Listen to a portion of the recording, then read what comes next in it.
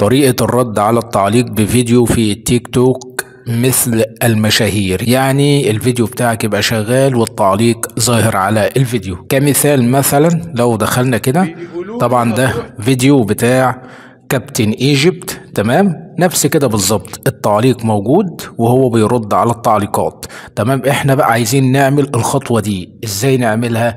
نبقى نرد على التعليق ويكون ظاهر معانا في الفيديو بالشكل ده، تمام.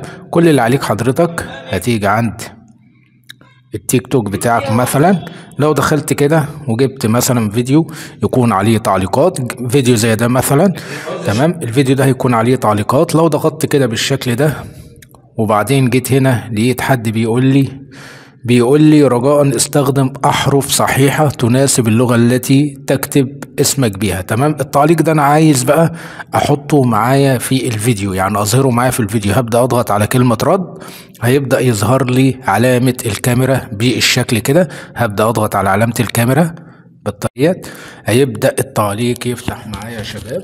ثواني، هيبدأ التعليق يفتح معايا بالشكل اللي انتوا شايفينه ده، تمام كده. التعليق فاتح معايا، لو لاحظتوا هتلاقي التعليق موجود فوق اهوت، بيقول لي الرجاء استخدم احرف صحيحة تناسب اللغة التي تكتب اسمك بيها، زي ما انتوا شايفين كده اهو، تمام. طيب انا خلاص التعليق موجود قدامي اهو، هبدأ اجهز الفيديو. طب انا عايز اخلي الفيديو 15 ثانية، ولا اخليه مثلا 60 ثانية اللي هي دقيقة، ولا اخليه مثلا 10 دقايق، تمام. ايا كان، يعني ايا كان، تمام. انت خليته الوقت اللي يناسبك، سواء 15 ثانية، دقيقة، 10 دقايق، والتعليق ظاهر قدامك كده. كل اللي عليك بتضغط على الزرار الاحمر، تمام، عشان يبدأ يسجل معاك الفيديو. مجرد ان انت تضغط على الزرار الاحمر، بعد كده تبدأ تقرأ التعليق. بيقول لي الرجاء استخدم احرف صحيحة تناسب اللغة التي تكتب اسمك بيها. بعد كده مثلا تبدأ بقى ترد عليه او تجاوبه في التعليق اللي هو كاتبه ده، تمام. ده كان شرح سهل وبسيط ازاي تعمل تعليق يظهر معاك في الشاشة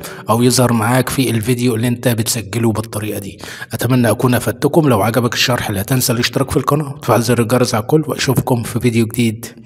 السلام عليكم.